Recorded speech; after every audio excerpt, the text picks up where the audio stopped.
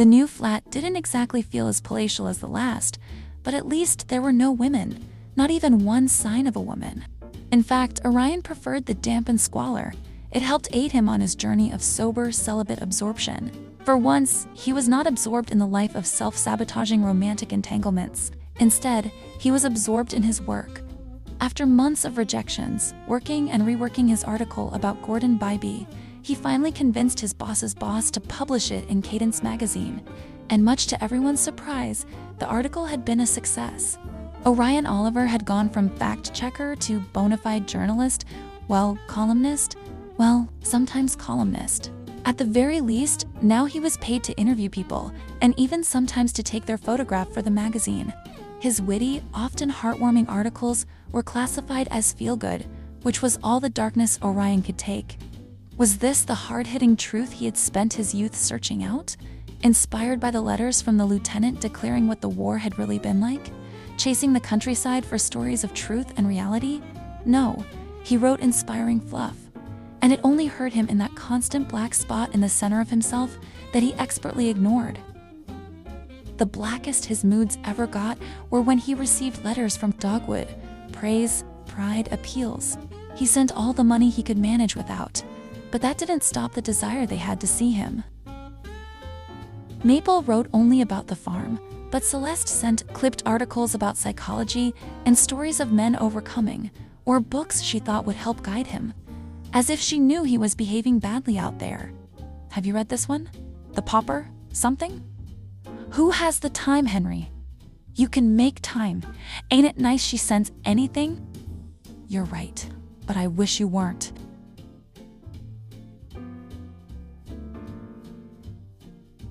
Unfortunately, it was only a few months before Orion Oliver found himself entangled once again. This time, it was with a familiar face.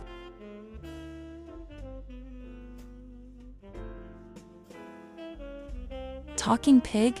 Yes, you, talking pig. What? Did you just call me? You're mistaken. That's what you called me about 6 months ago. I was reminding you of my name. Oh my God, you're that photographer my father hired. I did call you a talking pig, didn't I? You looked half ready to leap down there.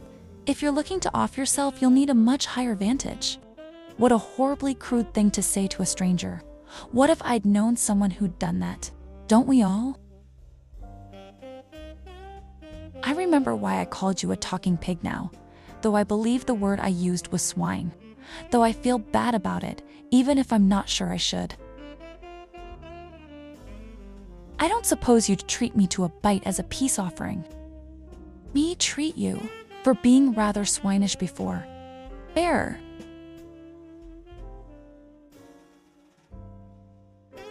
I'm going to eat nearly this whole loaf of bread. Don't be disturbed by it. Do as you like. There's more to go around. Meanwhile, why don't you tell me about yourself? Your name's Monica McCurdy, isn't it? God, I'm so tired of it. Why does everyone always want to talk about things? Try and pry information out of a person. Who are you? What do you dream? I'm at my wit's end with it. I'm bored of everyone trying to sound significant and witty all the time. Don't women like to be understood? Not me.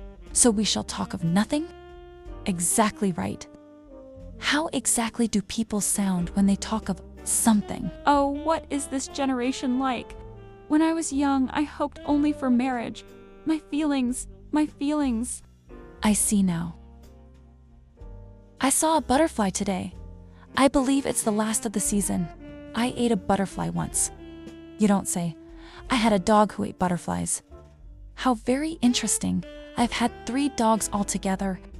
But they are decent companions. But the shedding, oh, the shedding, it's awful.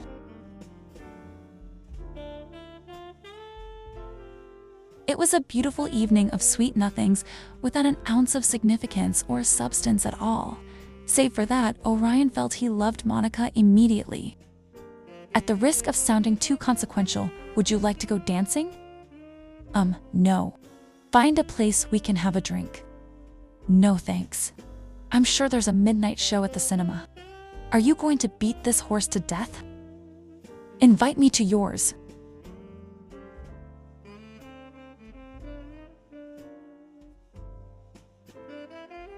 We can talk nonsense here a while. Talking swine, I'm afraid I'm not interested in talking anymore. Why don't we try again? Oddly, Orion expected to wake and find Monica McCurdy still there. She wasn't, of course, and he hoped this wasn't becoming a habit. Orion, had that cousin sent any more books? We're running out. Afraid not, Henry. Perhaps you can write her. I can't imagine why you're interested in Cece's letters. She only writes to pester me about visiting. She's got nice handwriting, and it's nice to have someone looking out, ain't it? In the months since the Moniker disaster, Orion found himself both scarily bonding with Henry and putting his mind back to work. Orion had never really had a friend outside of the family. He'd always had a life full of familial chums, but it was pleasant-ish, and Henry proved himself to be quite the chatterer once he'd warmed up. So much so that Orion had slipped slightly back into the rat life of it all. Ain't it a shame your cousins and Ginny went back to England? Maple and Celeste must be lonesome without them. But I suppose that aunt of yours is a help. I still can't believe your uncle got 5 years. Orion had revealed entirely too much, and Henry was involved more than he'd like. So much so that 2 weeks before Winterfest, they argued in true flatmate fashion. It's not fair to them if you don't go. What did Maple say in her last letter? She didn't give a lick about whether you showed or not. That means she's dying to see you.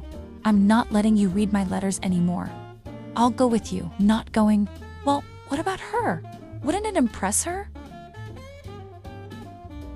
In the end, Henry won with all manner of threats, of course, including the threat of eviction, and the blackest of moods threatened the outer corners of Orion's vision.